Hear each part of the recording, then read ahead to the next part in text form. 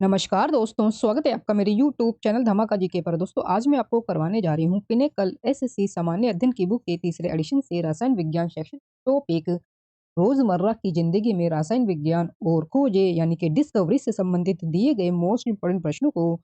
दोस्तों सभी प्रश्न आपकी प्रीवियस ईयर परीक्षाओं में पूछे गए प्रश्न हैं और आगे भी आपकी होने वाली परीक्षाओं में इनमें से प्रश्न आपसे पूछे जा सकते हैं, इसलिए आप इन प्रश्नों की वीडियो को पूरा जरूर देखें। और वीडियो में दिए गए कंटेंट पसंद आए तो प्लीज वीडियो को लाइक और शेयर जरूर करें और मेरे यूट्यूब चैनल धमाका जीके को सब्सक्राइब जरूर करें। इससे आगे भी आपको मेरी एग्जाम रिलेटेड वीडियो मिलती रहे। चलिए दोस्तों वीडियो शुरू करते हैं। दोस्तों अभी तक हमने रसायन विज्ञान सेक्शन के कुल 9 टॉपिक में 238 प्रश्नों को कंप्लीट किया है और दोस्तों ये हमारा रसायन विज्ञान सेक्शन में 10वां टॉपिक है। रोजमर्रा की जिंदगी में रसायन विज्ञान यानी कि रूटीन लाइफ में जो रसायन विज्ञान हमारा उपयोग होता है, तो उनसे संबंधित प्रश्न हमें दिए गए हैं और ये हमारा 10वां टॉपिक है। और दोस्तों इसमें प्रश्न हमारे शुरू हो रहे हैं 239वें प्रश्न से। इस सब्जी में एंथोसायनिन नामक रसायन होता है जो अम्ल की उपस्थिति में गुलाबी या फिर लाल हो जाता है, उदासीन होने पर बैंगनी हो जाता है और क्षारीय पदार्थों के साथ मिलाने पर नीला या हरा हो जाता है। इस सब्जी में एंथोसायनिन नामक रसायन होता है जो अम्ल की उपस्थिति में गुलाबी या लाल हो जाता है, उदासीन होने पर बैंगनी हो जाता है और क्षारीय पदार्थों के साथ मिलाने पर नीला या हरा हो जाता है। दोस्तों हमारे पास दिए गए ऑप्शन है अनार, लाल पत्ता, सलाद, मूली और लाल गोभी। तो दोस्तों आंसर है इसका ऑप्शन डी, लाल गोभी में। एंथोसायनिन के आहार स्रोतों को आमतौर पर उनके लाल, नीले या बैंगनी रंग के कारण पहचानना आसान होता है। उदाहरणों में लाल बैंगनी गोभी, जामुन और लाल चमड़ी वाले अंगूर, नाशपाती और सेब, विभिन्न सब्जियां जैसे मूली आदि शामिल है। बैंगनी फल और सब्जियां एंथोसायनिन में उच्च होती हैं। एंथोसायनिन के आहार स्रोतों को आमतौर पर उनके लाल, नीले, बैंगनी रंग के कारण पहचानना आसान होता है। उदाहरणों में लाल बैंगनी गोभी, जामुन और लाल चमड़ी वाले अंगूर, नाशपाती और सेब और विभिन्न सब्जियां जैसे मूली आदि शामिल है। बैंगनी फल और सब्जियां एंथोसायनिन में उच्च होती हैं। 240वां दोस्तों प्रश्न दिया गया है, साबुन, रेयॉन, कागज, विस्फोटक, रंजक और पेट्रोलियम उत्पादों के निर्माण के लिए किस अकार्बनिक यौगिकों का उपयोग किया जाता है? साबुन, रेयॉन, कागज, विस्फोटक, रंजक और पेट्रोलियम उत्पादों के निर्माण के लिए किस अकार्बनिक यौगिक का उपयोग किया जाता है? दोस्तों आंसर है हमारा इसमें ऑप्शन बी, NaOH का। NaOH का यानी कि सोडियम हाइड्रोक्साइड का। सोडियम हाइड्रोक्साइड यानी कि NaOH का उपयोग साबुन, रेयॉन, कागज, विस्फोटक, रंजक और पेट्रोलियम उत्पादों के निर्माण के लिए किया जाता है। सोडियम हाइड्रोक्साइड का उपयोग साबुन, रेयॉन, कागज, विस्फोटक, रंजक और पेट्रोलियम उत्पादों के निर्माण के लिए किया जाता है। सोडियम क्लोराइड एक रासायनिक यौगिक है जिसका उपयोग कागज के निर्माण और कीटाणुनाशक के रूप में किया जाता है। कैल्शियम हाइपोक्लोराइट वाणिज्यिक उत्पादों का मुख्य सक्रिय घटक है, जिसे ब्लीचिंग पाउडर, क्लोरीन पाउडर या क्लोरीन युक्त चूना भी कहा जाता है। इसे ब्लीचिंग पाउडर, क्लोरीन पाउडर या क्लोरीन युक्त चूना भी कहा जाता है, जिसका उपयोग जल उपचार के लिए और ब्लीचिंग एजेंट के रूप में किया जाता है। सोडियम क्लोराइड एक रासायनिक यौगिक है जिसका उपयोग कागज के निर्माण और कीटाणुनाशक के रूप में किया जाता है। और कैल्शियम हाइपोक्लोराइट वाणिज्यिक उत्पादों का मुख्य सक्रिय घटक है, जिसे ब्लीचिंग पाउडर, क्लोरीन पाउडर या क्लोरीन युक्त चूना कहा जाता है, जिसका उपयोग जल उपचार के लिए और ब्लीचिंग एजेंट के रूप में किया जाता है। सोडियम बाइकार्बोनेट आमतौर पर बेकिंग सोडा या सोडा के बाइकार्बोनेट के रूप में जाना जाता है। अगला प्रश्न है, पौधे और फलों विशेष रूप से गाजर और रंगीन सब्जियों में पाया जाने वाला लाल नारंगी रंग द्रव्य एक शक्तिशाली एंटीऑक्सीडेंट के रूप में कार्य करता है जो हमारे मस्तिष्क, त्वचा, फेफड़ों और आंखों के स्वास्थ्य को लाभप्रद होता है। पौधों और फलों विशेष रूप से गाजर और रंगीन सब्जियों में पाया जाने वाला लाल नारंगी रंग द्रव्य एक शक्तिशाली एंटीऑक्सीडेंट के रूप में कार्य करता है जो हमारे मस्तिष्क, त्वचा, फेफड़ों और आंखों के स्वास्थ्य को लाभप्रद होता है। दोस्तों आंसर हमारा इसमें option B, beta carotene. Option B, beta carotene. Beta carotene एक लाल नारंगी रंग द्रव्य है जो पौधे और फलों विशेष रूप से रंगीन सब्जियों में पाया जाता है। मानव शरीर बीटा कैरोटीन को विटामिन ए में परिवर्तित करता है। मानव शरीर बीटा कैरोटीन को विटामिन ए में परिवर्तित करता है। बीटा क्रिप्टोहेक्सिन एक प्राकृतिक कैरोटीनॉइड वर्णक है। जंक्सेथिन एक कैरोटीनॉइड अणु है। जंक्सेथिन एक कैरोटीनॉइड अणु है जो हमारी आंखों की कोशिकाओं में पाया जाता है। ल्यूटिन एक कैरोटीनॉइड है जिसमें एंटी इन्फ्लेमेटरी गुण होते हैं। ल्यूटीन एक कैरोटीनॉइड है जिसमें एंटी इन्फ्लेमेटरी गुण होते हैं। निम्नलिखित में से कौन सा कृत्रिम रंग एजेंट आहार पूरक सास सूप और शोरबा बेकरी डेयरी वसा और तेल समुद्री भोजन मसालों सॉस फ्रेशनर मिठाई सुविधा वाले खाद्य पदार्थ और पेय पदार्थों में उपयोग किया जाता है?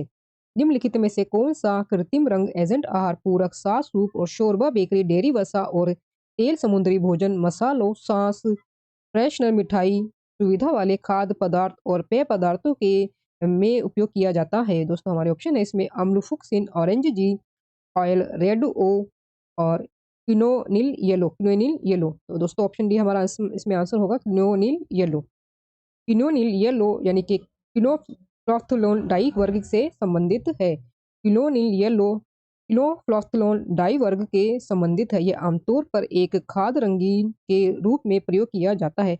एसिड फुक्सिन एक अम्लीय मैजेंटा डाई है। एसिड फुक्सिन एक अम्लीय मैजेंटा डाई है। ऑरेंज जी एक मूल्यवान एसिड डाई है जो कई धुंधला प्रक्रियाओं में इस्तेमाल किया जाता है। ऑयल रेड ओ एक वसा में घुलनशील डाई है। ऑयल रेड ओ एक वसा में घुलनशील डाई है जो उदासीन ट्राइग्लिसराइड्स और लिपिड को दाग देती है। अगला प्रश्न है निम्नलिखित में से कौन सी धीमी गति से खाना पकाने की एक प्रक्रिया है जो लगभग 320 डिग्री फ़ारेनहाइट से शुरू होती है और चीनी से पानी निकालती है और चीनी को मीठे स्वादिष्ट या कड़वे स्वाद के साथ जटिल बहुलक में विघटित कर देती है और इस प्रकार एक सुनहरे भूरे से गहरे भूरे रंग का उत्पादन करती है? निम्नलिखित में से कौन सी धीमी गति से खाना पकाने की एक प्रक्रिया है जो लगभग 320 डिग्री फ़ारेनहाइट से शुरू होती है, चीनी से पानी निकालती है और चीनी को मीठे, स्वादिष्ट या कड़वे स्वाद के साथ जटिल बहुलक में विघटित कर देती है और इस प्रकार एक सुनहरे भूरे से गहरे भूरे रंग का उत्पादन करती है? दोस्तों हमारे इसमें ऑप्शन आंसर होगा ऑप्शन सी कैरामेलीकरण। कैरामेलीकरण यानी कि कैरामेलाइजेशन। कार्मेलिजेशन एक धीमी खाना पकाने की प्रक्रिया है जो तब होती है जब चीनी को कम ऊष्मा पर पकाया जाता है। कार्मेलिजेशन एक धीमी खाना पकाने की प्रक्रिया है जो तब होती है जब चीनी को कम ऊष्मा पर पकाया जाता है जिससे उपस्थिति और स्वाद दोनों में परिवर्तन होता है।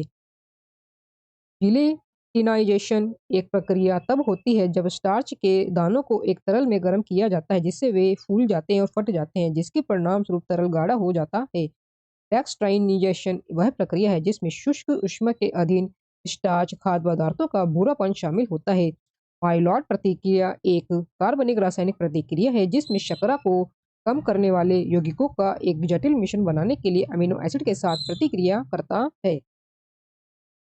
टाइटेनियम डाइऑक्साइड जो टूथपेस्ट जैसे उत्पाद में सफेद वर्णक के रूप में प्रयोग किया जाता है किस खनिज से प्राप्त होता है? आंसर दोस्तों इसमें इल्मेनाइट। टाइटेनियम डाइऑक्साइड का प्रमुख प्राकृतिक स्रोत इल्मेनाइट अयस्क का खनन किया जाता है। टाइटेनियम डाइऑक्साइड का प्रमुख प्राकृतिक स्रोत इल्मेनाइट अयस्क का खनन किया जाता है जिसमें 45 से 60% टाइटेनियम डाइऑक्साइड होता है। इससे या टाइटेनियम स्लैग से या सल्फेट या क्लोराइड प्रक्रिया का उपयोग करके शुद्ध टाइटेनियम डाइऑक्साइड का उत्पादन किया जा सकता है। टाइटेनियम के अन्य अयस्क एनाटेस बुकराइट ल्यूकोसिन पेरोस्काइट रूटाइल और सफीन है। टाइटेनियम के अन्य अयस्क एनाटेस बुरकाइट ल्यूकोसिन पेरोस्काइट रूटाइल और सफीन है। इसका व्यापक रूप से पेंट कागज प्रिंटिंग शाही लेपित कपड़े और वस्त्र टूथपेस्ट जल उपचार एजेंट फार्मास्यूटिकल सनस्क्रीन उत्प्रेरक आदि में उपयोग किया जाता है। नींबू के रस में डैश होता है जो बेकिंग सोडा के साथ मिश्रित होने पर कार्बन डाइऑक्साइड और सोडियम नाइट्रेट बनाने के लिए अभिक्रिया करता है जिससे तरल में सनसनाहट और बुलबुले बनने की प्रक्रिया होती है। नींबू के रस में डैश होता है जो बेकिंग सोडा के साथ मिश्रित होने पर कार्बन डाइऑक्साइड और सोडियम साइट्रेट बनाने के लिए अभिक्रिया करता है जिससे तरल में सनसनाहट और बुलबुले बनने की प्रक्रिया होती है। दोस्तों हमारे दिए गए ऑप्शन है इसमें एसिटिक अम्ल फार्मिक अम्ल साइट्रिक अम्ल टार्टरिक अम्ल। दोस्तों इसमें हमारा ऑप्शन है ऑप्शन सी साइट्रिक अम्ल। साइट्रिक एसिड यानी कि अम्ल नींबू का रस खट्टे फल संतरा नींबू आदि में जो है ये पाया जाता है साइट्रिक एसिड। एसिटिक एसिड पाया जाता है पालक में सिरका आंवला इमली आदि में और फार्मिक एसिड यानी कि मैथोनाइक जो एसिड वो पाया जाता है चींटियों में। फार्मिक एसिड, मैथोनिक एसिड ये चींटियों में पाया जाता है। टार्टरिक एसिड केला, अंगूर और इमली में पाया जाता है। कौन सा रासायनिक यौगिक मैग्नीशियम, सल्फर और ऑक्सीजन से बना होता है और आमतौर पर मांसपेशियों को आराम देने और कंधों, गर्दन, पीठ और खोपड़ी के दर्द को दूर करने के लिए डिटॉक्स बाथ में इस्तेमाल किया जाता है? कौन सा रासायनिक यौगिक मैग्नीशियम, सल्फर और ऑक्सीजन से बना होता है और आमतौर पर मांसपेशियों को आराम देने और कंधों, गर्दन, पीठ और खोपड़ी के दर्द को दूर करने के लिए डिटॉक्स बाथ में उपयोग किया जाता है, इस्तेमाल किया जाता है? दोस्तों हमारे इसमें ऑप्शन है सेंधा नमक यानी कि एप्सम सॉल्ट का। सेंधा नमक, एप्सम सॉल्ट का। सेंधा नमक यानी कि एप्सम सॉल्ट को मैग्नीशियम सल्फेट के नाम से भी जाना जाता है। सेंधा नमक यानी कि एप्सम सॉल्ट को मैग्नीशियम सल्फेट के नाम से भी जाना जाता है। पोटाश फिटकरी को पोटेशियम एलम या पोटेशियम एल्यूमिनेट सल्फेट के नाम से भी जाना जाता है। पोटाश फिटकरी को पोटेशियम एलम या पोटेशियम एल्यूमिनेट सल्फेट के नाम से भी जाना जाता है। काला नमक रॉक साल्ट हैलाइड का सामान्य नाम है। क्लोवर का नमक सोडियम सल्फेट का सिलिका हाइड्रेट रूप है। इसे मिराबिलाइट के नाम से भी जाना जाता है। इसे मिराबिलाइट के नाम से भी जाना जाता है। इस यौगिक का व्यवस्थित नाम नाइट्रोजन ट्राइहाइड्राइड है, जिसका व्यापक रूप से कई औद्योगिक प्रक्रियाओं में तथा उर्वरक और प्रशीतक के रूप में उपयोग किया जाता है। इस यौगिक का व्यवस्थित नाम नाइट्रोजन ट्राइहाइड्राइड है, जिसका व्यापक रूप से कई औद्योगिक प्रक्रियाओं में तथा उर्वरक और प्रशीतक के रूप में उपयोग किया जाता है। आंसर इसमें हमारा ऑप्शन डी अमोनिया। अमोनिया यानी कि NH3 का उपयोग उर्वरक, अधिकतम उपयोग रेफ्रिजरेटर गैस, पानी की आपूर्ति के शुद्धिकरण और प्लास्टिक, कीटनाशकों, रंगों आदि के निर्माण में किया जाता है। पोटाश खनिजों और रसायनों का समूह है। पोटाश खनिजों और रसायनों का समूह है जिसमें पोटेशियम होता है। पोटेशियम का सिंबल है दोस्तों के। इसका जो उपयोग है वो ज्यादातर उर्वरक के रूप में किया जाता है। यूरिया इसकी उच्च एन सामग्री 46% नाइट्रोजन के कारण इसका सबसे महत्वपूर्ण नाइट्रोजन युक्त उर्वरक है। फॉस्फीन PH3 का उपयोग अर्धचालक उद्योग में फास्फोरस को सिलिकॉन क्रिस्टल में पेश करने के लिए किया जाता है। नेक्स्ट क्वेश्चन दोस्तों, निम्नलिखित में से किसका उपयोग अनाज के लिए कीटनाशक या फ्यूमिगेंट के रूप में और फ्लेयर्स में प्रेरित करने वाले एजेंट के रूप में किया जाता है? निम्नलिखित में से किसका उपयोग अनाज के लिए कीटनाशक या फ्यूमिगेंट के रूप में और फ्लेयर्स में प्रज्वलित करने वाले एजेंट के रूप में किया जाता है? दोस्तों इसमें हमारे ऑप्शन है एथेनोइक अम्ल, magnesium bisulphide, aluminium phosphide, hydrogen peroxide. Option हमारा इसमें सी है answer, aluminium phosphide. Aluminium phosphide एक अत्यधिक जहरीला अकार्बनिक यौगिक है। एल्यूमिनियम फास्फाइड एक अत्यधिक जहरीला कार्बनिक यौगिक है जिसका उपयोग मुख्य रूप से एक कीटनाशक, एक विस्तृत बैंड गैप सेमीकंडक्टर और एक धूमक यानी कि फ्यूमिगेंट के रूप में किया जाता है। एथोनोइक एसिड, एसिटिक एसिड मुख्य रूप से स्याही और रंगों के निर्माण में उपयोग किया जाता है। मैग्नीशियम बाइसल्फाइड का उपयोग फ्रुक्टोज के एंजाइमी उत्पादन में किया जाता है। मैग्नीशियम बाइसल्फाइड का उपयोग फ्रुक्टोज के एंजाइमी उत्पादन में किया जाता है।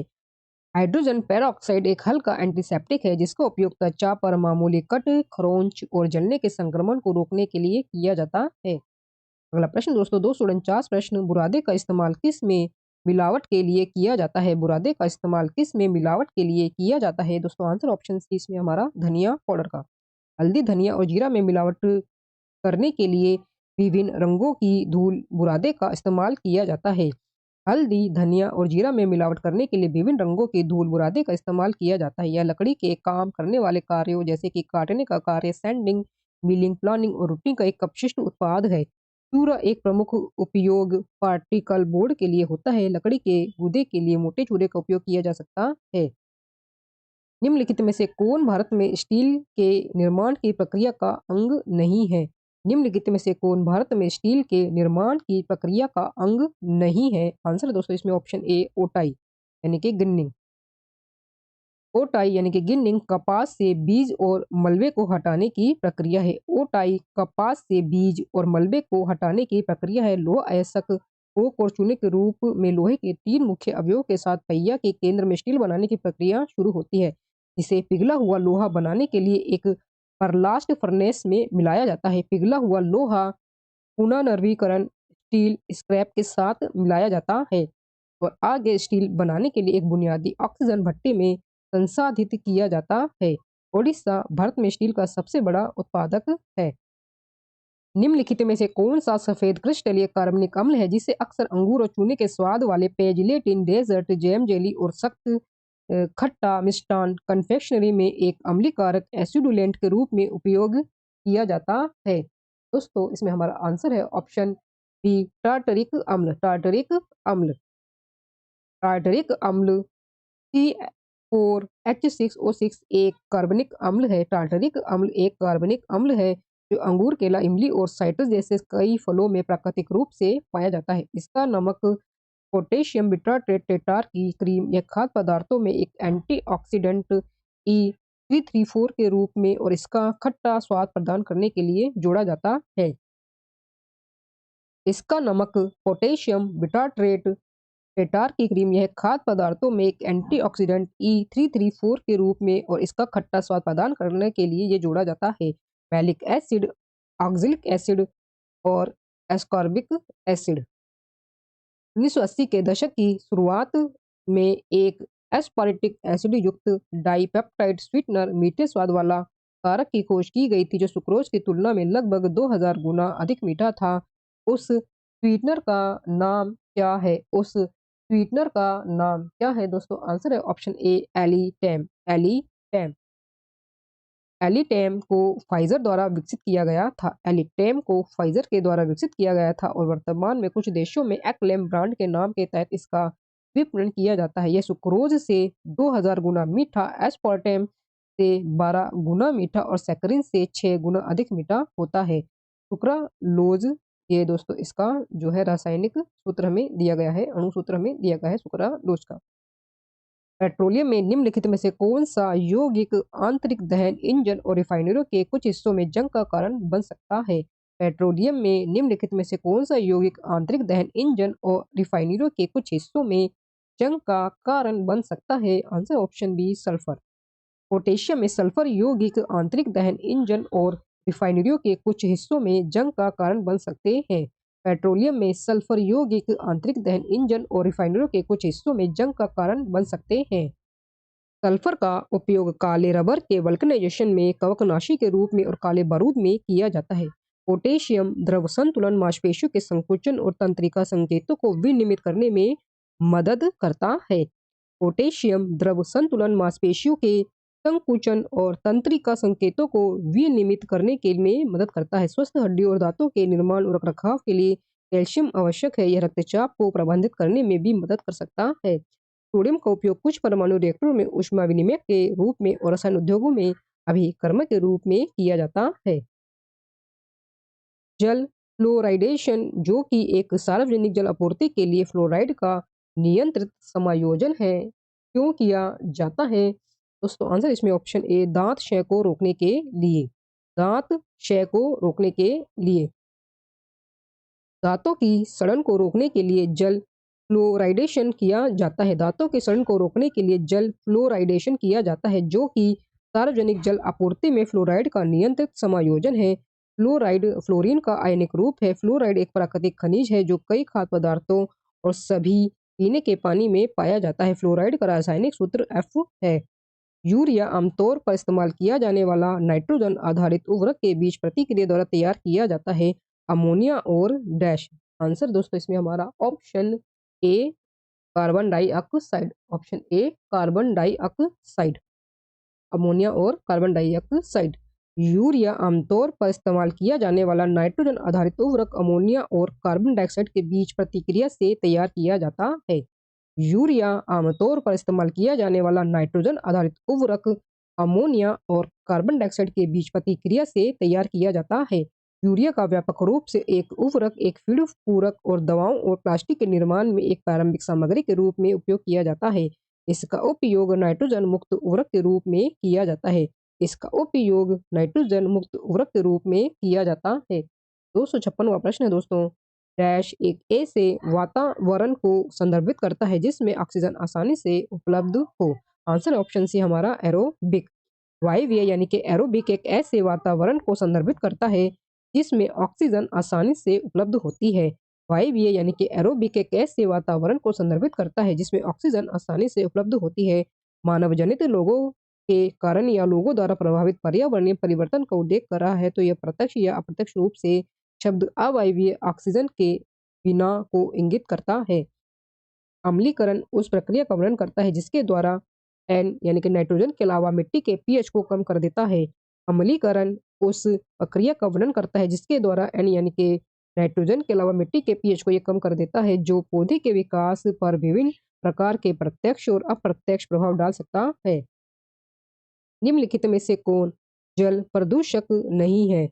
निम्नलिखित में से कौन जल प्रदूषक नहीं है? दोस्तों ऑप्शन बी हमारा आंसर इसमें ग्लेशियर। ग्लेशियर घनी बर्फ का एक सतत पिंड है।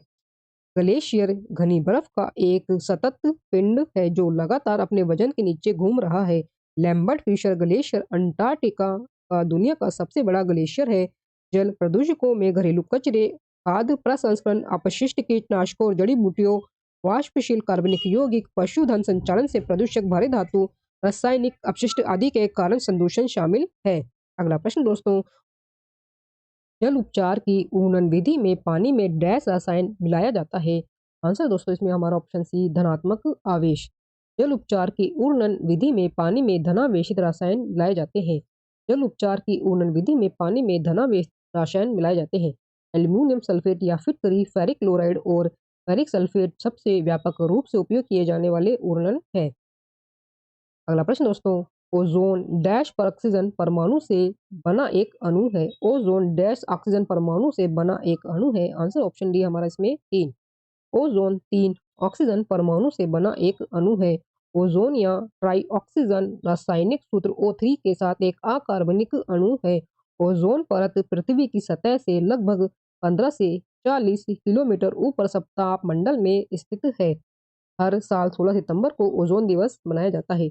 ओजोन परत एक अदृश्य ढाल के रूप में कार्य करती है और हमें सूर्य से हानिकारक पराबैंगनी विकिरण से बचाती है। सोडियम पेरोक्साइड के एक अणु में कितने सोडियम परमाणु होते हैं? सोडियम पेरोक्साइड के एक अणु में कितने सोडियम परमाणु होते हैं? आंसर है इसमें 2। सोडियम पेरोक्साइड Na2O2 के एक अणु में 2 सोडियम परमाणु होते हैं। सोडियम पेरोक्साइड के एक अणु में 2 सोडियम परमाणु होते हैं। सोडियम पेरोक्साइड एक पीले सफेद पाउडर है। इसका उपयोग ब्लीचिंग एजेंट, कीटाणुनाशक, प्रयोगशाला रसायन और अन्य रसायनों के उत्पादन में किया जाता है। निम्नलिखित में से कौन जल उपचार में प्रयुक्त होने वाला रासायनिक स्कंदक नहीं है? निम्नलिखित में से कौन जल उपचार में प्रयुक्त होने वाला रासायनिक स्कंदक नहीं है? दोस्तों आंसर हमारा ऑप्शन डी इसमें नाइट्रोजन डाइऑक्साइड। नाइट्रोजन डाइऑक्साइड अत्यधिक प्रतिक्रियाशील गैसों के समूह में से एक है जिसे नाइट्रोजन या नाइट्रोजन ऑक्साइड के रूप में जाना जाता है। एल्यूमिनियम क्लोराइड का उपयोग गंभीर अड़ियल, अत्यधिक पसीने, हाइपरहाइड्रोसिस के इलाज के लिए किया जाता है। एल्यूमिनियम सल्फेट के सबसे महत्वपूर्ण उपयोगों में से एक जल उपचार और शुद्धिकरण में है। पॉली एल्यूमिनियम क्लोराइड का उपयोग दुर्गंध दूर करने में और जल शोधन में एक स्कंदक के रूप में किया जाता है। जल उपचार में उपयोग किए जाने वाले अधिक रासायनिक स्कंदक है। जल उपचार में उपयोग किए जाने वाले अधिक रासायनिक स्कंदक है पॉली एल्यूमिनियम क्लोराइड और एल्यूमिनियम क्लोरोहाइड्रेट, फेरिक सल्फेट और फेरस सल्फेट, फेरिक क्लोराइड। किसी भी स्रोत से प्राप्त शुद्ध पानी में ऑक्सीजन का द्रव्यमान की डैश होती है। किसी भी स्रोत से प्राप्त शुद्ध पानी में ऑक्सीजन का द्रव्यमान की डैश होती है। दोस्तों आंसर ऑप्शन हमारा बी 88.89%। 88.89%। 89%।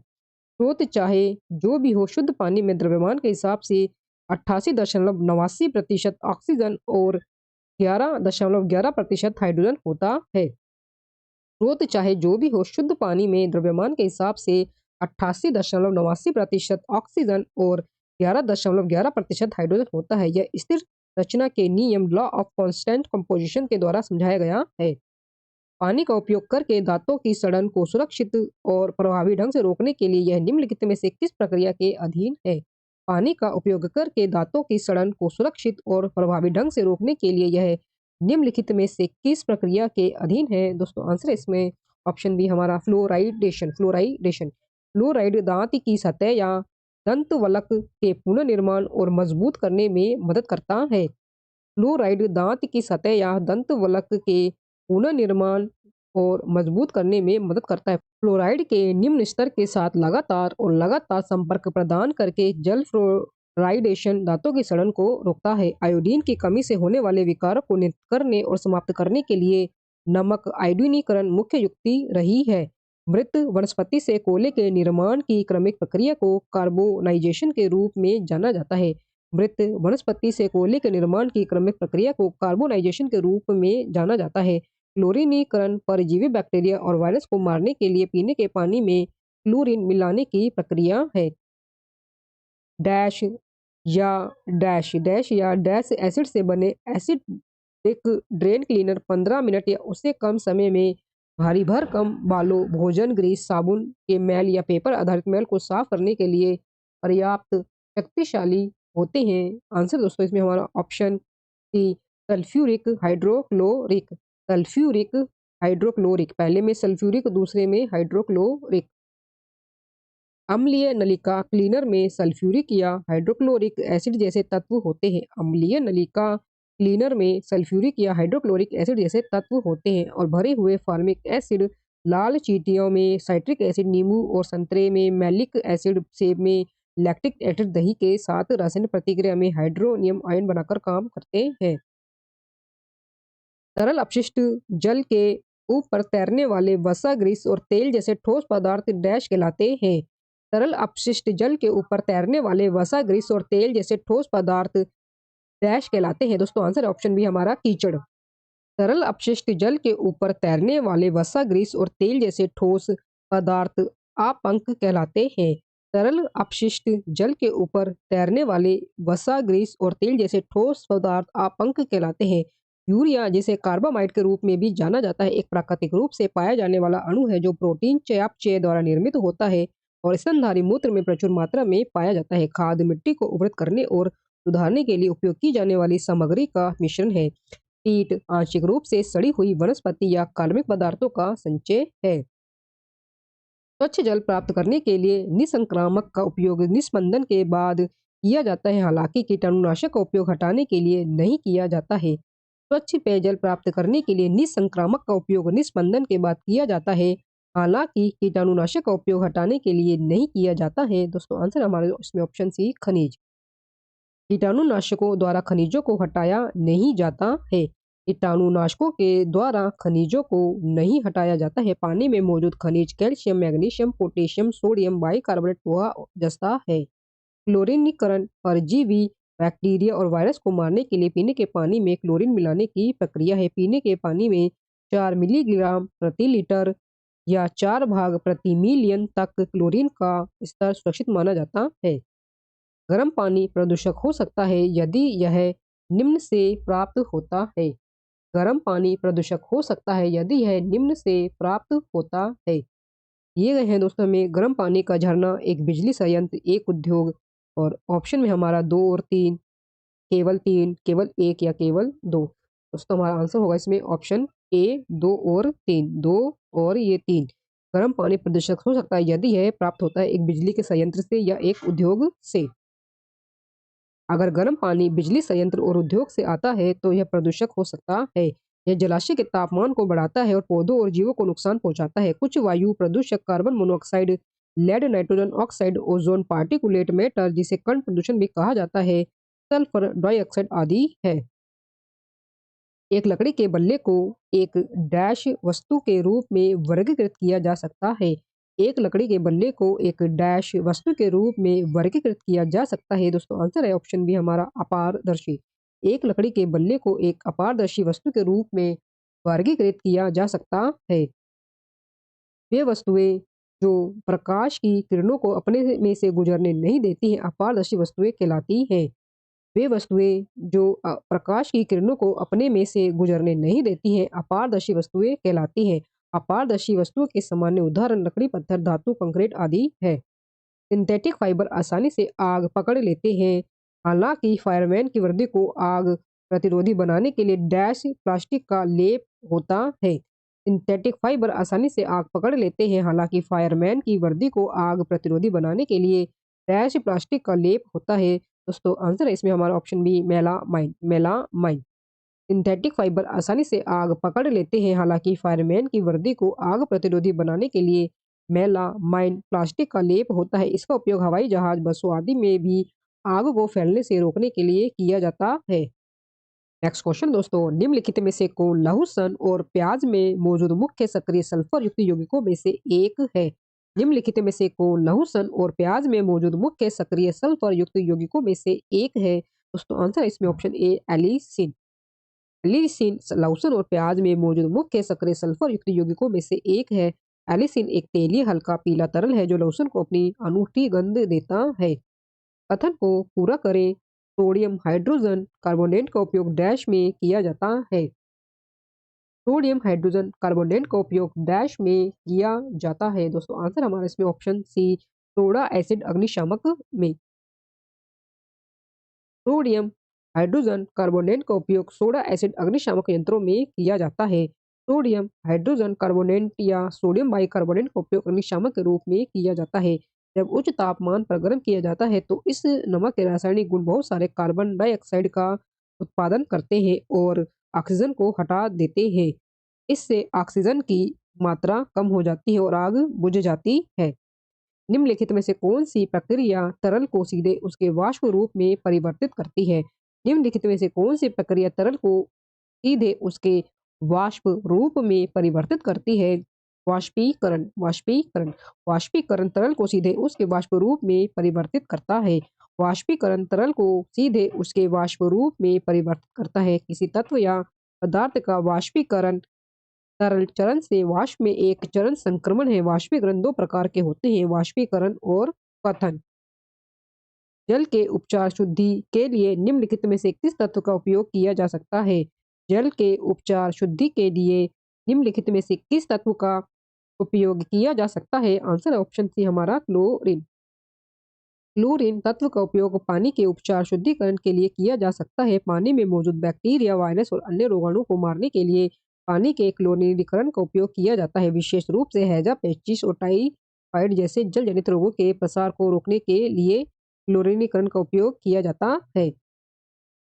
बिजली के बल्बों में निम्नलिखित में से किस गैस का उपयोग किया जाता है? बिजली के बल्बों में निम्नलिखित में से किस गैस का उपयोग किया जाता है?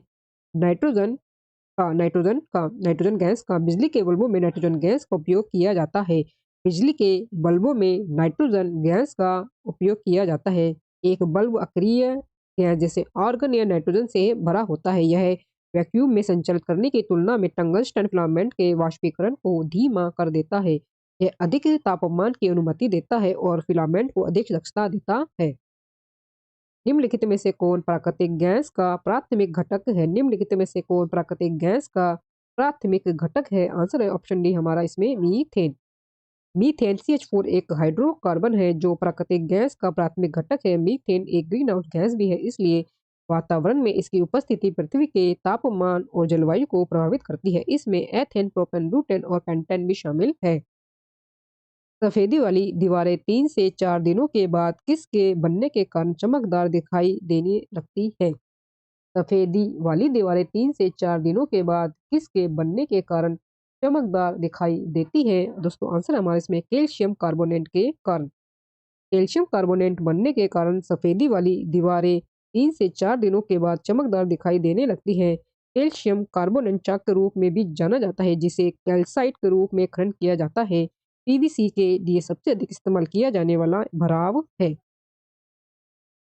निम्नलिखित में से किसका उपयोग परिरक्षक के रूप में किया जाता है? निम्नलिखित में से किसका उपयोग परिरक्षक के रूप में किया जाता है? सोडियम क्लोराइड का। सोडियम क्लोराइड का।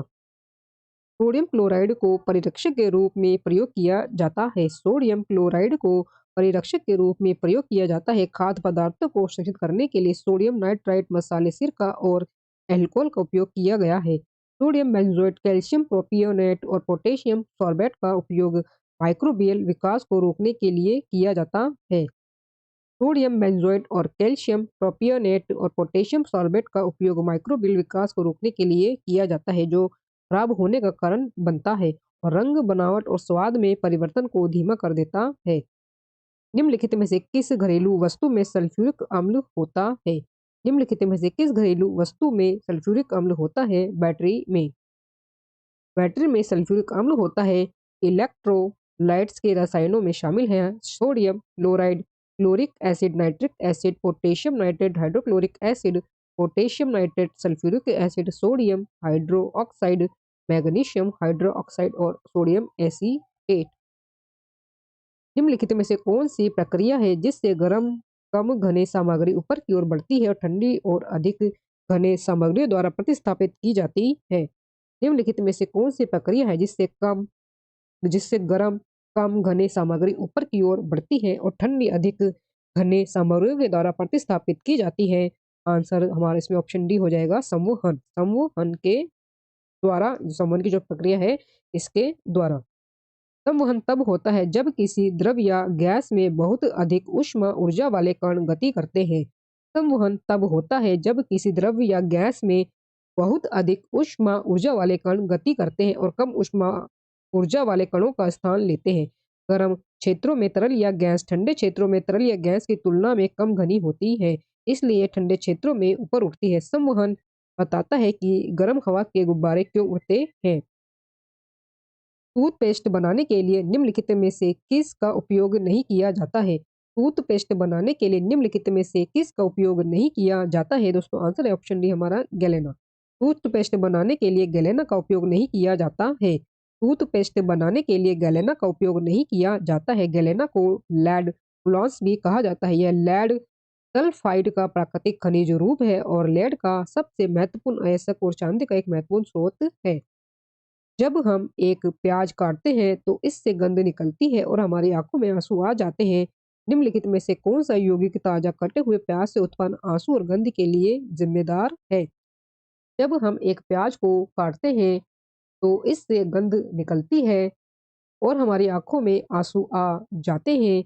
निम्नलिखित में से कौन सा यौगिक ताजा कटे हुए प्याज से उत्पन्न आंसू और गंध के लिए जो है जिम्मेदार है? ऑप्शन जो हमारा इसमें आंसर हो जाएगा ऑप्शन डी, सल्फ्यूरिक अम्ल। सल्फ्यूरिक अम्ल ताजे कटे प्याज से निकलने वाले आंसू और गंध के लिए जिम्मेदार होता है। सल्फ्यूरिक अम्ल ताजा कटे प्याज से निकलने वाले आंसू और गंध के लिए जिम्मेदार होता है। निम्नलिखित में से किस अम्ल का उपयोग सोने और चांदी के शुद्धिकरण में किया जाता है? आंसर है दोस्तों हमारा इसमें ऑप्शन डी, नाइट्रिक अम्ल। नाइट्रिक अम्ल का उपयोग सोने और चांदी के शुद्धिकरण में किया जाता है। नाइट्रिक अम्ल का उपयोग सोने और चांदी के शुद्धिकरण में किया जाता है क्योंकि यह सोने की सतह पर मौजूद विभिन्न धातु ऑक्साइड जैसी अशुद्धियों को घोल देता है। सोना HNO3 में अघुलनशील है। दोस्तों वीडियो में दिया गया कंटेंट पसंद आ रहा हो तो प्लीज वीडियो को लाइक और शेयर जरूर करें और मेरे यूट्यूब चैनल धमाका जीके को सब्सक्राइब जरूर करें, जिससे आगे भी आपको मेरी एग्जाम रिलेटेड वीडियो मिलते रहे। दोस्तों हमारे पास आगे प्रश्न दिया गया है 283वां प्रश्न। निम्नलिखित में से कौन सा खनिज आतिशबाजी में हरा रंग उत्पन्न करता है? निम्नलिखित में से कौन सा खनिज आतिशबाजी में हरा रंग उत्पन्न करता है? आंसर हमारा इसमें बैरियम। बैरियम आतिशबाजी में हरा रंग पैदा करता है और अन्य वाष्पशील तत्वों को स्थिर करने में भी मदद कर सकता है।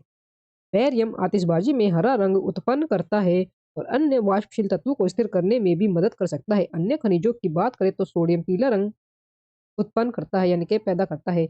कॉपर नीला रंग और जिंक नीला सफेद रंग पैदा करता है। डैश को आमतौर पर दूध की चीनी कहा जाता है क्योंकि यह दूध में पाई जाती है। डैश को आमतौर पर दूध की चीनी कहा जाता है क्योंकि यह दूध में पाई जाती है। दोस्तों आंसर हमारा इसमें ऑप्शन डी, लैक्टोज। लैक्टोज जो कि ग्लूकोज प्लस लैक्टोज का जो है मिश्रण होता है वो आमतौर पर मिल्क शुगर कहा जाता है क्योंकि यह दूध में पाया जाता है आतिशबाजी में हरा रंग पैदा करने के लिए निम्नलिखित में से कौन जिम्मेदार है? बैरियम। बैरियम आतिशबाजी में हरा प्रकाश पैदा करने के लिए जिम्मेदार है।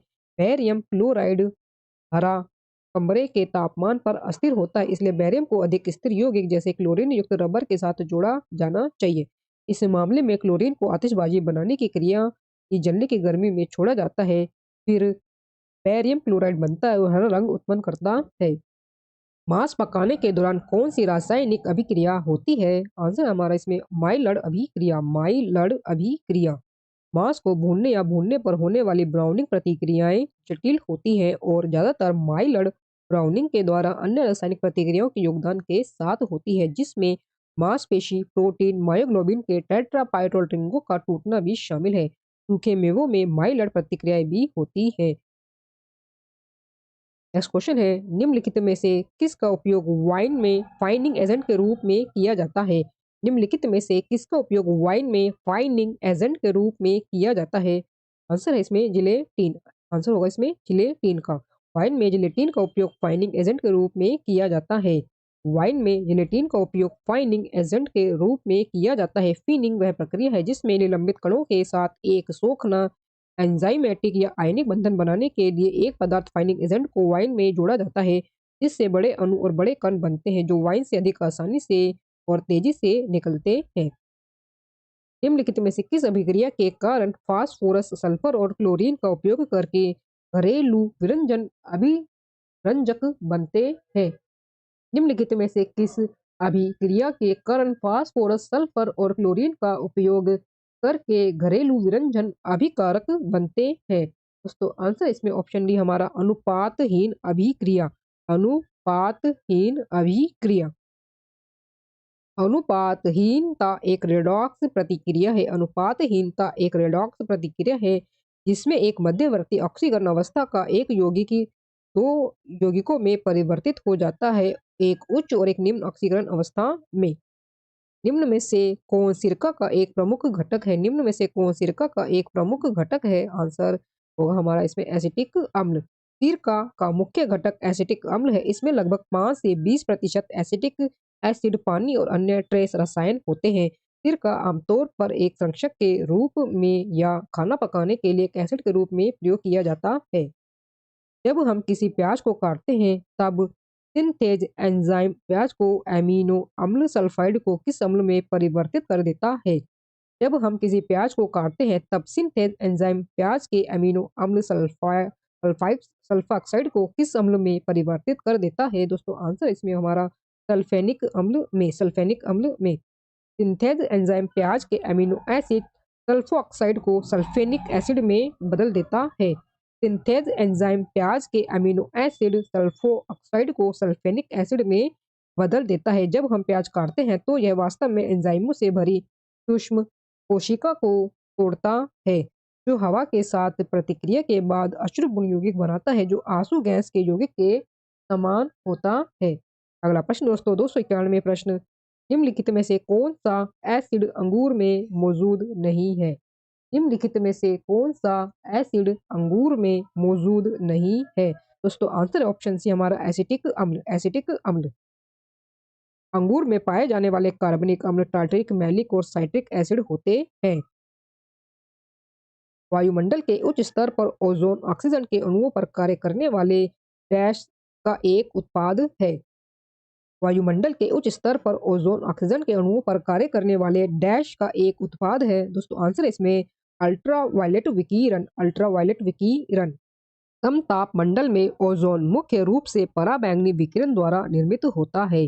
कम तापमंडल में ओजोन मुख्य रूप से पराबैंगनी विकिरण द्वारा निर्मित होता है। जब उच्च ऊर्जा पराबैंगनी किरणें साधारण ऑक्सीजन अणु O2 से टकराती हैं तो वे अणु को दो एकल ऑक्सीजन परमाणुओं में विभाजित करती है, जिन्हें परमाणु ऑक्सीजन के रूप में जाना जाता है। एक मुक्त ऑक्सीजन परमाणु फिर दूसरे ऑक्सीजन अणु के साथ मिलकर ओजोन का एक अणु बनाता है। निम्नलिखित में से किस में साइट्रिक एसिड विद्यमान है? निम्नलिखित में से किस में साइट्रिक एसिड विद्यमान है? आंसर है इसमें नींबू में। नींबू में। नींबू के रस में साइट्रिक एसिड होता है। वास्तव में अन्य खट्टे फलों की तुलना में जैसे कि संतरे और अंगूर, नींबू में साइट्रिक एसिड की उच्च सांद्रता होती है। नींबू के रस में साइट्रिक एसिड होता है। वास्तव में अन्य खट्टे फलों की तुलना में जैसे कि संतरे और अंगूर, नींबू में साइट्रिक एसिड की उच्च सांद्रता होती है। निम्न में से कौन सा एक अक्रिय गैस है जो आमतौर पर प्रकाश बल्ब में पाया जाता है? निम्न में से कौन सा एक अक्रिय गैस है जो आमतौर पर प्रकाश बल्ब में पाया जाता है? दोस्तों आंसर है इसमें ऑर्गन में। ऑर्गन एक अक्रिय गैस है जिसका उपयोग आमतौर पर प्रकाश बल्बों को भरने के लिए किया जाता है। ऑर्गन एक अक्रिय गैस है जिसका उपयोग आमतौर पर प्रकाश बल्बों को भरने के लिए किया जाता है, जो क्योंकि यह टंगस्टन फिलामेंट्स के वाष्पीकरण को रोककर बल्ब के जीवन को बढ़ाता है। हीलियम, नियोन, नाइट्रोजन और क्रिप्टॉन जैसी अन्य गैसों का भी प्रकाश में उपयोग किया जाता है। प्रकाश बल्बों में प्रयुक्त गैसों को अक्रिय गैसों के रूप में जाना जाता है। प्रकाश बल्बों में प्रयुक्त गैसों को अक्रिय गैसों के रूप में जाना जाता है। विरंजन कार्य में क्लोरीन के विकल्प के रूप में निम्न में से किस पदार्थ का प्रयोग किया जाता है? दोस्तों आंसर है इसमें हाइड्रोजन पेरोक्साइड का। विरंजन में क्लोरीन के विकल्प के रूप में हाइड्रोजन पेरोक्साइड का उपयोग किया जाता है। विरंजन में क्लोरीन के विकल्प के रूप में हाइड्रोजन पेरोक्साइड का उपयोग किया जाता है। यह बहुत हल्का नीला तरल है, पानी की तुलना में थोड़ा अधिक चिपचिपा है। इसका उपयोग ऑक्सीडाइजर, ब्लीचिंग एजेंट और एंटीसेप्टिक के रूप में किया जाता है। निम्न में से कौन सा संश्लेषित रसायन ओजोन परत में क्षय होने का कारण बनता है? निम्न में से कौन सा संश्लेषित रसायन ओजोन परत में क्षय होने का कारण बनता है? दोस्तों आंसर है क्लोरोफ्लोरोकार्बन। शोधकर्ताओं ने सबूत पाया कि समताप मंडल में क्लोरोफ्लोरोकार्बन और अन्य हैलोजन स्रोत गैसों की उपस्थिति ओजोन परत की कमी के लिए जिम्मेदार है। ओजोन घटने वाले पदार्थ सिंथेटिक रसायन है जिनका उपयोग दुनिया भर में औद्योगिक और उपभोक्ता अनुप्रयोगों की एक विस्तृत श्रृंखला में किया गया था। खाद्य पदार्थों के बासी होने का कारण कौन सी गैस है? खाद्य पदार्थों के बासी होने का कारण कौन सी गैस है? दोस्तों आंसर है ऑक्सीजन। हवा, प्रकाश या नमी या जीवाणु क्रिया के संपर्क में आने पर वसा और तेलों का पूर्ण या अधूरा ऑक्सीकरण या हाइड्रोलिसिस होता है। हवा, प्रकाश या नमी या जीवाणु क्रिया के संपर्क में आने पर वसा और तेलों का पूर्ण या अधूरा ऑक्सीकरण या हाइड्रोलिसिस होता है, जिसके परिणाम स्वरूप एक अप्रिय स्वाद और गंध होता है। ऑक्सीडेटिव अशुद्धता हवा में ऑक्सीजन द्वारा गिरावट के साथ जुड़ी हुई है। असंतृप्त वसी अम्ल के दोहरे बंधनों को मुक्त कठोरपंथी प्रतिक्रियाओं के द्वारा आणविक ऑक्सीजन से युक्त किया जा सकता है। इस प्रतिक्रिया के कारण खराब और अत्यधिक वाष्पशील एल्डिहाइड या कीटोन निकलते हैं। अगला प्रश्न है, ओजोन गैस वायुमंडल की किस परत में पाई जाती है? ओजोन जो गैस वो वायुमंडल की किस परत में पाई जाती है?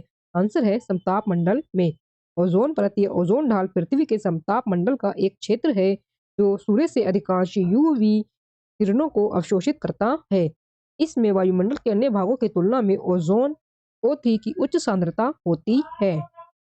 नमक का रासायनिक नाम क्या है? नमक का रासायनिक नाम क्या है? आंसर है सोडियम क्लोराइड। सोडियम क्लोराइड नमक का रासायनिक नाम है। सोडियम क्लोराइड नमक का रासायनिक नाम है। यह एक आयनिक यौगिक है जिसका रासायनिक सूत्र NaCl है। इसमें सोडियम क्लोराइड आयनों का 1:1 होता है। इसमें सोडियम और क्लोराइड आयनों का 1:1 होता है। निम्न में से किस रासायनिक यौगिक का इस्तेमाल अचार में परिरक्षक के रूप में किया जाता है?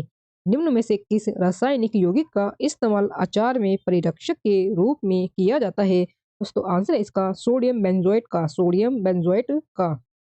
सोडियम बेंजोएट एक संरक्षक है जो आमतौर पर फलों के पाई, जैम, पेय पदार्थ, सलाद, अचार, नमकीन और सॉकरक्रॉट में मुख्य रूप से अम्लीय पीच वाले खाद्य पदार्थों में उपयोग किया जाता है।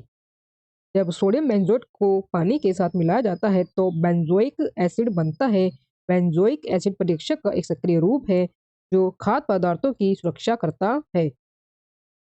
खाद्य पदार्थों की पैकेजिंग, डिब्बा बंदी उद्योग में चिप्स को ऑक्सीकरण से बचाने के लिए किस गैस का प्रयोग किया जाता है? खाद्य पदार्थों की पैकेजिंग यानी कि डिब्बा बंदी उद्योग में चिप्स को ऑक्सीकरण से बचाने के लिए किस गैस का प्रयोग किया जाता है? दोस्तों आंसर है नाइट्रोजन गैस का। चिप्स के पैकेट नाइट्रोजन से भरे होते हैं। चिप्स के पैकेट नाइट्रोजन से भरे होते हैं क्योंकि यह एक अक्रिय गैस है जो चिप्स में मौजूद तेलों के ऑक्सीकरण को रोकता है। निम्न में से किस गैस की गंध सड़े हुए अंडे के गंध की जैसे होती है? निम्न में से किस गैस की गंध सड़े हुए अंडे की गंध जैसे होती है? दोस्तों आंसर है हाइड्रोजन सल्फाइड की। हाइड्रोजन सल्फाइड गैस पानी में सड़े हुए अंडे की गंध और स्वाद पैदा करती है। पके हुए केले में मौजूद मुख्य अम्ल डैश है। पके हुए केले में मौजूद मुख्य अम्ल डैश है। दोस्तों आंसर है मैलिक अम्ल। जैसे जैसे केले पकने की अवस्था में आगे बढ़ती है, श्वसन की प्रक्रिया में मैलिक एसिड का चयापचय होता है। जैसे जैसे केले के केले पकने की अवस्था में आगे बढ़ती है। श्वसन की प्रक्रिया में मैलिक एसिड का चयापचय होता है और कटाई के द्वारा इसकी सांद्रता 1 से 9 ग्राम पर लीटर तक कम हो सकती है। निम्नलिखित में से कौन ओजोन परत को नष्ट करता है? निम्नलिखित में से कौन ओजोन परत को नष्ट करता है? आंसर है दोस्तों क्लोरीन। कम तापमंडल में क्लोरीन और ब्रोमीन परमाणु ओजोन के संपर्क में आते हैं। जब सप्तापमंडल में क्लोरीन और ब्रोमीन परमाणु ओजोन के संपर्क में आते हैं तो वे ओजोन अणुओं को नष्ट कर देते हैं। कम तापमंडल से हटाए जाने से पहले एक क्लोरीन परमाणु 1 लाख से अधिक ओजोन अणुओं को नष्ट कर सकता है।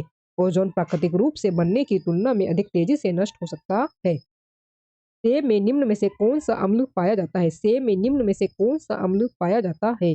आंसर है मैलिक अम्ल। मैलिक अम्ल।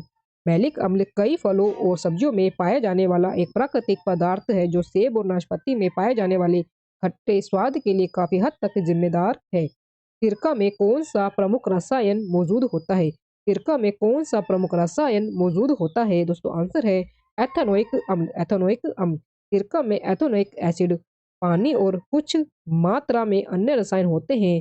सेब में मैलिक एसिड पाया जाता है। चींटियों में पाया जाने वाला अम्ल फॉर्मिक एसिड है। एक साधारण बैटरी में निम्नलिखित में से कौन सा रसायन होता है? आंसर है सल्फ्यूरिक अम्ल। लेड और लेड डाइऑक्साइड बैटरी की प्लेटों पर सक्रिय सामग्री इलेक्ट्रोलाइट में सल्फ्यूरिक एसिड के साथ प्रतिक्रिया करके लेड सल्फेट बनाती है। निम्नलिखित में से कौन सा अम्ल चींटी के डंक में मौजूद होता है? आंसर दोस्तों फॉर्मिक अम्ल। चींटियों द्वारा उत्पादित अम्ल को फॉर्मिक अम्ल कहते हैं। चींटियों द्वारा उत्पादित अम्ल को फॉर्मिक अम्ल कहते हैं। सेब में मैलिक एसिड पाया जाता है। सेब में मैलिक एसिड पाया जाता है। अपमार्जक चूर्ण में मुख्य रूप से कौन सा रसायन मौजूद होता है? अपमार्जक चूर्ण में मुख्य रूप से कौन सा रसायन मौजूद होता है? दोस्तों आंसर है ऑप्शन इसमें हमारा B, sodium carbonate. Sodium carbonate. Detergent powder या आमतौर पर ब्लीच के रूप में जाना जाता है।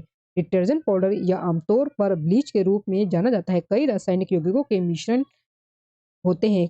कई रासायनिक यौगिकों के मिश्रण होते हैं जो साबुन के समान होते हैं लेकिन कठोर पानी से कम प्रभावित होते हैं। 310 प्रश्न है। ऑक्जेलिक अम्ल किस में पाया जाता है? ऑक्जेलिक अम्ल किस में पाया जाता है? दोस्तों आंसर है ऑप्शन डी, पालक में। कच्चे पालक में ऑक्जेलिक अम्ल होता है, एक कार्बनिक पदार्थ जो कैल्शियम और आयरन जैसे आवश्यक पोषक तत्वों के अवशोषण में हस्तक्षेप कर सकता है। ऑक्जेलिक एसिड कैल्शियम से बंध जाता है जिससे हमारे शरीर द्वारा उपयोग के लिए अनुपलब्ध हो जाता है। दोस्तों आगे हमारे पास टॉपिक खोजे यानी कि डिस्कवरीज, और दोस्तों ये हमारा रसायन विज्ञान में 11वां टॉपिक है। और दोस्तों हमारे प्रश्न शुरू हो रहे हैं 311 प्रश्न से।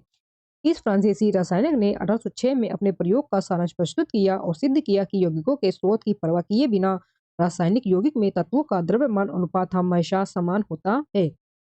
इस फ्रांसीसी रसायनज्ञ ने 1806 में अपने प्रयोग का सारांश प्रस्तुत किया और सिद्ध किया कि यौगिक के स्रोत की परवाह किए बिना रासायनिक यौगिकों में तत्वों का द्रव्यमान अनुपात हमेशा समान होता है। दिए गए दोस्तों ऑप्शन है Joseph Proust, Robert Boyle, Jacob Berzelius या जॉन डाल्टन। दोस्तों हमारा आंसर होगा इसमें जोसेफ प्रॉस्ट।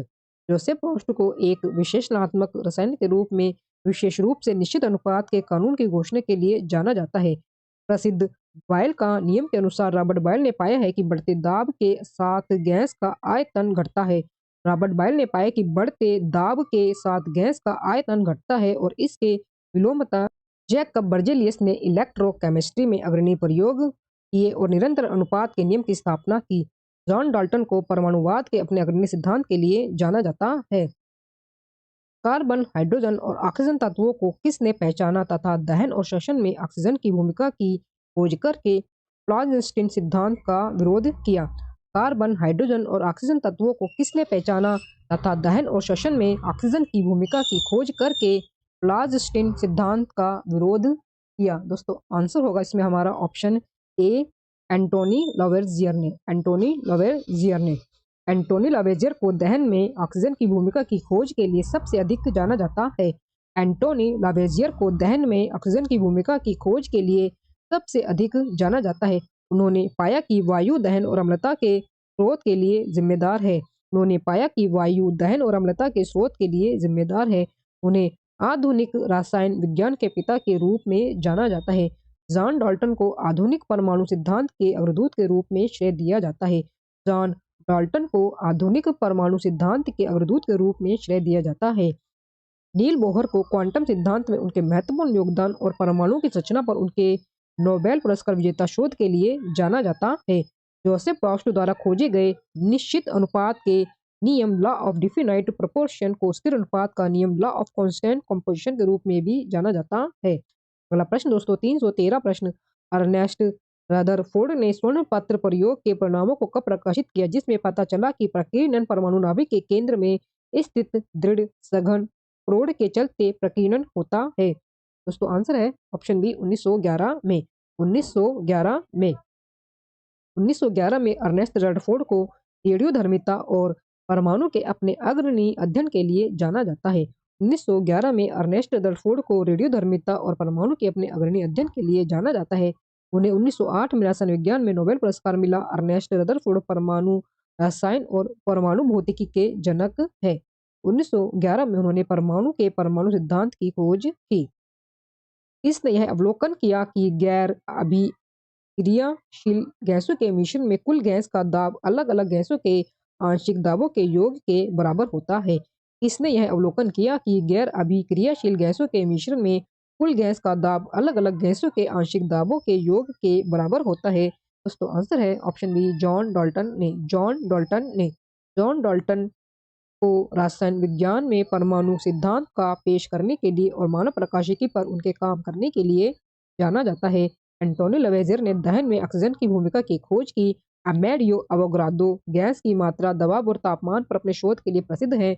रॉबर्ट बॉयल ने पाया कि बढ़ते दाब के साथ गैस का आयतन कम हो जाता है। बढ़ते दाब के साथ गैस का आयतन कम हो जाता है और इसके विपरीत प्रसिद्ध बॉयल के नियम की खोज की। और इसका दोस्तों उल्टा भी है कि अगर दाब अगर घटेगा तो गैस का जो आयतन है वो बढ़ेगा। 1828 में निम्नलिखित में से किसने दर्शाया कि अमोनियम क्लोराइड एक अन्य कार्बनिक यौगिक के साथ सिल्वर साइनाइड एक अकार्बनिक यौगिक को गर्म करने से बिना किसी जीवित जीव के किसी भाग की सहायता के बिना ही यूरिया का उत्पादन होता है। 1828 में निम्नलिखित में से किसने दर्शाया कि अमोनियम क्लोराइड एक अन्य अकार्बनिक यौगिक के साथ सिल्वर साइनाइड एक अकार्बनिक यौगिक को गर्म करने से बिना किसी जीवित जीव या किसी जीवित जीव के किसी भाग की सहायता के बिना ही यूरिया का उत्पादन होता है। आंसर दोस्तों हमारे इसमें फ्रेडरिक वोहलर ने अकार्बनिक रसायन विज्ञान में अपने काम के लिए जाने जाने वाले फ्रेडरिक वोहलर जर्मन रसायन ने सबसे पहले रासायनिक तत्व बेरिलियम और यट्रियम को शुद्ध धातु रूप में अलग किया था। अकार्बनिक रसायन विज्ञान में अपने काम के लिए जाने जाने वाले फ्रेडरिक वोहलर जर्मन रसायन ने सबसे पहले रासायनिक तत्वों बेरिलियम और यट्रियम को शुद्ध धातु रूप में अलग किया था। वह सिलान और सिलिकॉन नाइट्राइड तैयार करने वाले पहले व्यक्ति थे। एंटोनी लावेज़ियर आधुनिक रसायन विज्ञान के पिता ने मुख्य रूप से दहन और श्वसन में ऑक्सीजन की भूमिका की खोज की। अल्फ्रेड वर्नर को सामान्य समन्वय यौगिकों की रचना में उनके शोध के लिए जाना जाता है। अल्फ्रेड वर्नर को समन्वय यौगिकों की रचना में उनके शोध के लिए जाना जाता है। 316 प्रश्न है दोस्तों। अविभाज्य परमाणु का प्लम पुडिंग सिद्धांत किसने प्रतिपादित किया जिसके अनुसार धनात्मक आवेश के एक समूह में ऋणात्मक आवेशित इलेक्ट्रॉन प्लम पुडिंग में किशमिश की तरह बिखरे हुए होते हैं। विभाज्य परमाणु का प्लम पुडिंग सिद्धांत किसने प्रतिपादित किया जिसके अनुसार धनात्मक आवेशित इलेक्ट्रॉन प्लम पुडिंग में किशमिश की तरह बिखरे हुए होते हैं। दोस्तों आंसर है ऑप्शन सी जे थॉमसन ने। सर जे थॉमसन ने 1897 में इलेक्ट्रॉनों की खोज के बाद परमाणु के प्लम पुडिंग मॉडल का प्रस्ताव रखा। जे थॉमसन ने 1897 में इलेक्ट्रॉनों की खोज के बाद परमाणु के प्लम पुडिंग का मॉडल प्रस्ताव रखा। अर्नेस्ट रदरफोर्ड ने परमाणु संरचना की परिकल्पना की, अल्फा और बीटा किरणों की खोज की और रेडियोधर्मी क्षय के नियमों का प्रस्ताव रखा। रॉबर्ट मिल्टन ने तेल बूंद का प्रयोग करके इलेक्ट्रॉन के प्राथमिक आवेश की खोज की। रॉबर्ट मिल्टन ने तेल बूंद का उपयोग करके इलेक्ट्रॉन के प्राथमिक आवेश की खोज की। हेनरी बेकरेल को स्वफूर्त रेडियोधर्मिता की खोज के लिए जाना जाता है। अगला प्रश्न है क्लाउड बर्थोलेट और अन्य लोगों के साथ method the nomenclature system of chemical nomenclature पुस्तक किसने प्रकाशित की जिसने पदार्थों के नामकरण की आधुनिक पद्धति को निर्धारित किया। क्लाउड बर्थोलेट और अन्य लोगों के साथ method the nomenclature system of chemical nomenclature पुस्तक किसने प्रकाशित की, जिसने पदार्थों के नामकरण की आधुनिक पद्धति को निर्धारित किया। दोस्तों आंसर है एंटोनी लवेरजियर ने। एंटोनी लवेरजियर जिन्हें दहन में ऑक्सीजन की भूमिका के लिए खोज के लिए सबसे अधिक जाना जाता है। एंटोनी लवेरजियर जिन्हें दहन में ऑक्सीजन की भूमिका की खोज के लिए सबसे अधिक जाना जाता है, उन्होंने ऑक्सीजन 1778 और हाइड्रोजन 1783 को मान्यता दी। बर्जेलियस ने सेरियम 1803 और सेलेनियम 1817 की खोज की और सिलिकॉन 1824 में और थोरियम 1824 को अलग करने की खोज की। जॉर्ज ब्रांट ने कोबाल्ट 1735 की खोज की। जॉर्ज ब्रांट ने कोबाल्ट 1735 की खोज की। भौतिक रसायन विज्ञान के संस्थापक विल्हेम ओस्टवाल्ड को एक प्रतिक्रिया में उत्प्रेरक की भूमिका की व्याख्या की। नेक्स्ट क्वेश्चन है 1826 में अपने परमाणु सिद्धांत के लिए सोसाइटी के रॉयल मॉडल से किसे सम्मानित किया गया था। 1826 में अपने परमाणु सिद्धांत के लिए सोसाइटी के रॉयल मॉडल से किसे सम्मानित किया गया था। दोस्तों आंसर है ऑप्शन डी, जॉन डाल्टन को। जॉन डाल्टन ने एक यौगिक में तत्वों के द्रव्यमान को मापने के लिए एक अपरिष्कृत विधि विकसित की। Albert Einstein photo electric effect एवं लाइट क्वांटा ब्राउनियन गति स्पेशल रिलेटिविटी द्रव्यमान ऊर्जा संबंध की अपेक्षिता सिद्धांत रिलेटिविटी थ्योरी जो है इन्होंने प्रतिपादित की थी अल्बर्ट आइंस्टीन ने। एंटोनी लॉरेंट डी लवेसियर पदार्थ के सेक्शन के नियम की इन्होंने जो है व्याख्या की थी और रोजर बॉस्कोविच परमाणु सिद्धांत का इन्होंने पहला सुसंगत विवरण दिया था। रोजर बॉस्कोविच ने परमाणु सिद्धांत का पहला सुसंगत विवरण प्रस्तुत किया था। रसायन शास्त्र में 2 बार नोबेल पुरस्कार जीतने वाला विश्व का एकमात्र वैज्ञानिक कौन है। रसायन शास्त्र में 2 बार नोबेल पुरस्कार जीतने वाला विश्व का एकमात्र वैज्ञानिक कौन है। दोस्तों आंसर है फ्रेडरिक सेंगर। फ्रेडरिक सेंगर रसायन विज्ञान में 2 नोबेल पुरस्कार जीतने वाले वैज्ञानिक है। फ्रेडरिक सेंगर रसायन विज्ञान में 2 नोबेल पुरस्कार जीतने वाले वैज्ञानिक है। उन्होंने अपना पहला नोबेल पुरस्कार 1863 में और दूसरा 1980 में जीता था।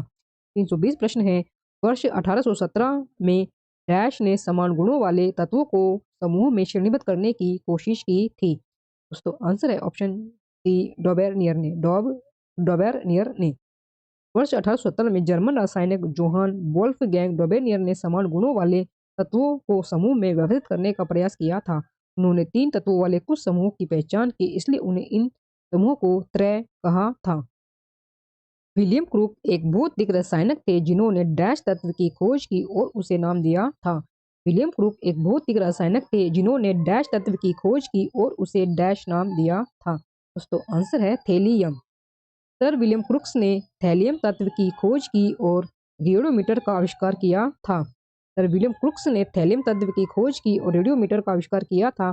प्लूटोनियम की खोज एनरिको फर्मी ने की थी। उन्हें परमाणु युग का वास्तुकार और परमाणु बम का वास्तुकार कहा गया है। प्लूटोनियम की खोज एनरिको फर्मी ने की थी और उन्हें परमाणु युग का वास्तुकार और परमाणु बम का वास्तुकार कहा गया है। जर्मेनियम की खोज क्लेमेंस विंकलर ने की थी। बेरिलियम की खोज लुई निकोलस वंकेलिन ने की थी। दोस्तों ये हमारा अंतिम प्रश्न है 322वां प्रश्न। डैश मीथेन गैस को अलग करने वाले पहले व्यक्ति थे। इन्होंने पता लगाया कि मीथेन को हवा के साथ मिलाया जा सकता है और बिजली की चिंगारी द्वारा विस्फोट किया जा सकता है। डैश मीथेन गैस को अलग करने वाले पहले व्यक्ति थे। उन्होंने पता लगाया कि मीथेन को हवा के साथ मिलाया जा सकता है और बिजली की चिंगारी द्वारा विस्फोट किया जा सकता है। दोस्तों आंसर है ऑप्शन ए, एलोसेंड्रो वोल्टा मीथेन को अलग करने वाले पहले व्यक्ति थे। एलोसेंड्रो वोल्टा मीथेन को अलग करने वाले पहले व्यक्ति थे और हवा के साथ मिश्रित खोजे गए मीथेन को इलेक्ट्रिक स्पार्क का उपयोग करके विस्फोट किया जा सकता था। यह आंतरिक दहन इंजन का आधार है। एलोसेंड्रो वोल्टा मीथेन को अलग करने वाले पहले व्यक्ति थे और हवा के साथ मिश्रित खोजे गए मीथेन को इलेक्ट्रिक स्पार्क का उपयोग करके विस्फोट किया जा सकता था। यह आंतरिक दहन इंजन का आधार है। दोस्तों इसी अंतिम प्रश्न के साथ रसायन विज्ञान सेक्शन के टॉपिक रोजमर्रा की जिंदगी में रसायन विज्ञान और खोजें यानी कि डिस्कवरी से संबंधित दिए गए मोस्ट इंपोर्टेंट प्रश्न हमारे सभी पूरे कवर होते हैं। दोस्तों वीडियो में दिया गया कंटेंट पसंद आया हो तो प्लीज वीडियो को लाइक और शेयर जरूर करें और मेरे यूट्यूब चैनल धमाका जीके को सब्सक्राइब जरूर करें, जिससे आगे भी आपको मेरी एग्जाम वीडियो मिलते रहे। दोस्तों मिलते हैं नेक्स्ट वीडियो में टॉपिक के साथ, तब तक के लिए धन्यवाद।